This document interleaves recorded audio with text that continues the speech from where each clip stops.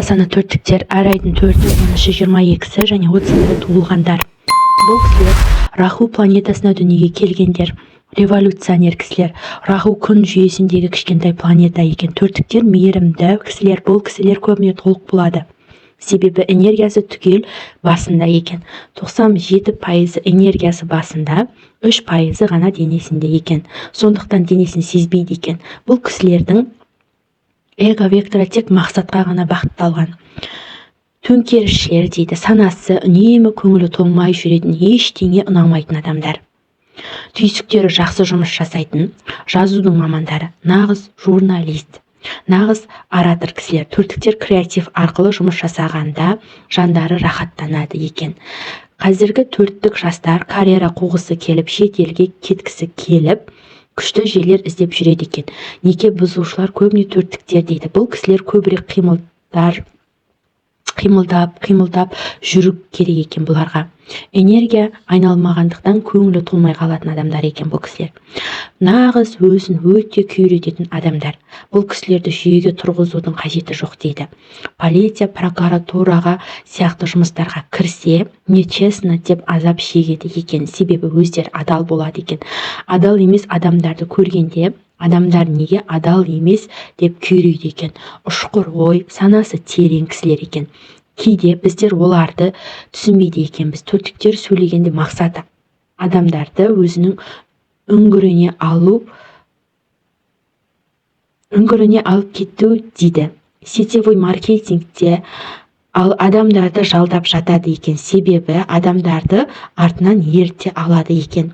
Бұл кісілерде қимыл қозғалыс болмаса, денесін сезбей үнемі қанағат жоқ болады екен. Жынданып көңілі толмай қалады екен. Бір жерде бірдеме ұнамай қырғын болып жатса, ол төрттік болуы мүмкін. Бұл төрттіктер мақсат деп сол мақсаттарын күні бойы бітіре алмаса, өздерін құртатын адамдар екен. Сол үшін төрттіктерге көп мақсат қоюдың қажеті жоқ екен. Күніне бір мақсат қойып жүру керек екен. Сол кезде өздерін жақсы сезінеді екен.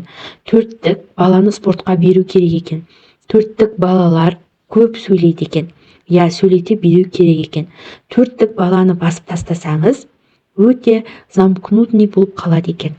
Шаштарын қызыл, көк қылып бояғысы келсе де оған ашуланбаңыз дейді.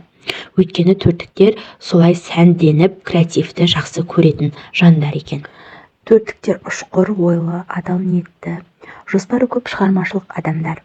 Ойластырған жоспарларының бәрін жүзеге асыру үшін 100 000 жыл жеткіліксіз болуы мүмкін.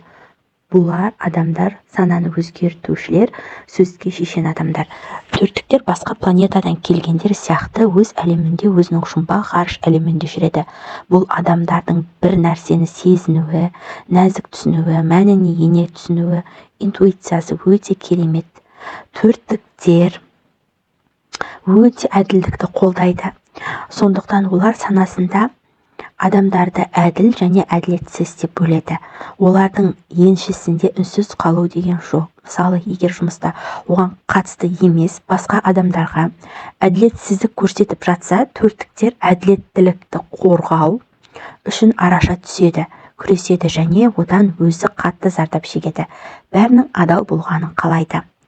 Төрттіктер бұл дүниеге беру үшін келген жандар. Жомарт және өте мейірімді. Олардың қуантуының 97% басында шоғырланған. Яғни бүкіл денеге өтпейді. Сондықтан олар материалдық әлемді сезіне алмайды. Қолындағысын оңай бере салады. Төрттіктер олар көбіне қуаттылық деңгейде бірін-бірін толықтырып отыру керек.